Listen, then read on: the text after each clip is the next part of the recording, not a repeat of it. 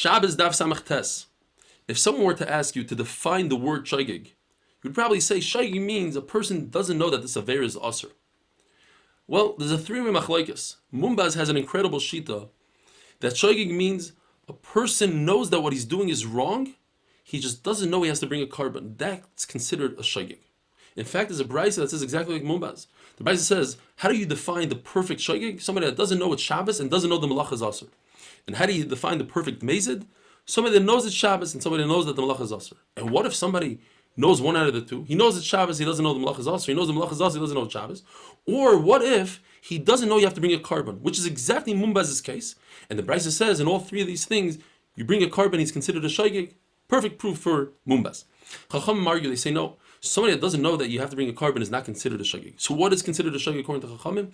Machlokes Rabbi Yochanan and Rish Lakish. According to Rabbi Yochanan, if a person doesn't know about kares, he forgets about the kares, that's considered shaygig. According to Rish Lakish, you have to forget about the lav and the kares, two things. And he brings a pasuk. It says in the pasuk, Asher lo yiseh asena bishgaga ve'ashem. Pasuk is referring to lav and kares. He doesn't know both. That's considered a shaygig. Says no.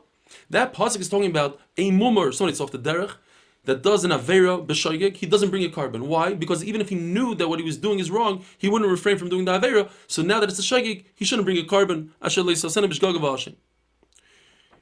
There's the Mishnah that says there's 39 melachas, and the famous question, why tell us the number? And Rabbi Yochanan goes on to explain, to tell us that if somebody did 39 melachas, he's chayav 39 karbanos. The big question is, how in the world is it possible for somebody to be over on all 39 melachas? The minute he doesn't know that there's 39 melachas, he forgot all 39 melachas, then there's no Shabbos for him. He wouldn't be a shaygig. According to Rabbi Yochanan, it's understood. As long as a person forgets the Isser Kares, that's considered shaygig. So here's a case that he's chayav all 39. But according to Rish Lakish, that he has to forget the Kares and the Lav, so in what is he exactly a shaygig? How does he know the Shabbos? The answer is that according to Rabbi Kiva, there's a 40th Avera, Da'iraisa, and that's Tchumim, to walk 2,000 amas out of the Tchum. The only difference between Tchum and all the other ones is that Tchum doesn't bring a carbon. And he knew about Tchum, but he didn't know about the other 39.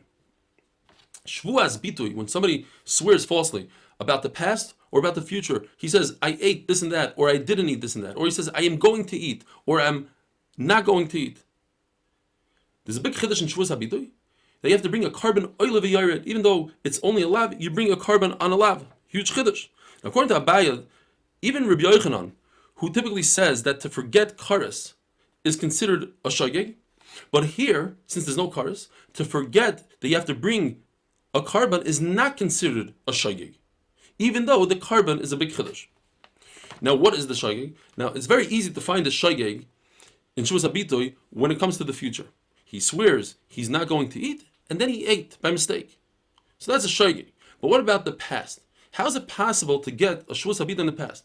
When you swear, you have to be aware.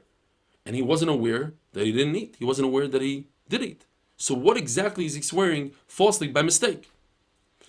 So one pshat is that goes according to Mumbaz, that he forgot that there's a carbon. But another pshat is that it goes according to Chachamim, that typically Chachamim hold that forgetting a carbon is not considered a shaygig.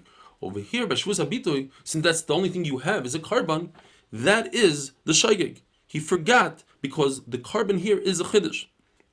And that would be a bomb question on Abaye, who says that according to everybody, you have to be shaygig in the lav and not in the carbon. If somebody eats truma b'mezid, he's chayiv misa b'dei shamayim. B'shaygig, he has to pay back the truma plus a fifth. What if he doesn't know that there's misa b'dei shamayim? Is that considered a shaygig? According to Abaye, Rabbi Yochanan will hold that misa b'dei shamayim is not like kares, and therefore it's not a shaygig, and he doesn't pay the extra fifth. According to Rava, Rabbi Yochanan will hold misa b'dei shamayim equals kares. It's like the same thing as kares, and therefore you do pay the chaymesh. What if somebody found himself in a desert, lost track of time, doesn't have a calendar, doesn't know what day it is? When does he keep Shabbos? Could he do malacha today? Can he not do malacha? Rav Huna says the moment he realizes that he's lost, he doesn't know what day it is, he counts 6 days of weekdays, and on the 7th day, he rests Shabbos. Rav Chia Barav says the opposite. The day that he finds out, he does Shabbos immediately, and he counts 6 days. The Machlokes says, do we go by Brias Olam, that there was 6 days and then Shabbos? Or Chia Barav says, no, it's like Adam Rishon. He was born, there was immediately Shabbos, then 6 days of weekday. From the Brisa is a question on Chia Barab, because the Brisa seems like it says you keep, for every 6 days that you keep one Shabbos. In fact, as the Brisa says Mefurish, you count 6 days and then you keep Shabbos. What do? Says the Gemara, all 7 days. This is amazing. A guy wakes up in the desert. His life is really bad, but it gets even worse. He cannot be Mechalel Shabbos every single day of the week, only to sustain himself. He could only take enough food to live b'tzimtzum. And the day that he keeps for Shabbos, he makes Kiddush and Havdalah.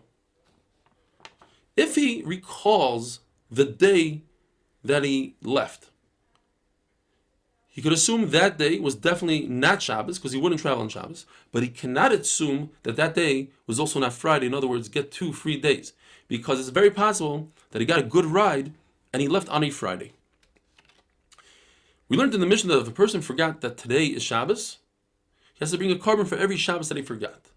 Whereas if a person forgot the concept of Shabbos, he brings 1 carbon for his entire life. Why? What's the difference? There's a contradiction in the Psukim. V'shamru b'nei Yisrael es ha-Shabbos is singular. You have to keep 1 Shabbos.